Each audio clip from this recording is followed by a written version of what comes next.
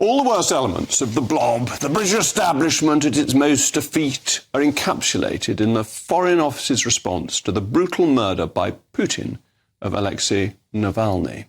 The statement made to the House of Commons this afternoon was so wet that the Meteorological Office ought to have given it a storm name. A brutal tyrant murdered as if with his own hands a brave, freedom-loving opposition leader. And the Foreign Office said that it was acting at pace to explore all the options. Even Sir Humphrey Appleby of Westminster fame would have blanched at writing such inconsequential words in the face of so serious a threat. There may not be much that the UK can do. We are not the great empire that we once were. But what we can do, we should do. The ambassador, the Russian ambassador, who still lives in splendour and state in the United Kingdom, should be declared persona non grata and expelled from the country.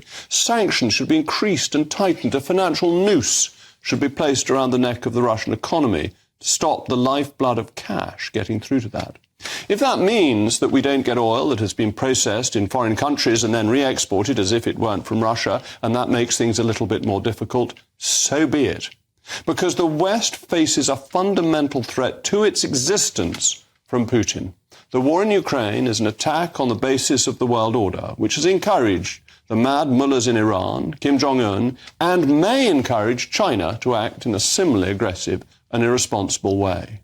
To counteract this, the West needs to be strong. It needs to show that it cannot be bullied. It needs to show backbone.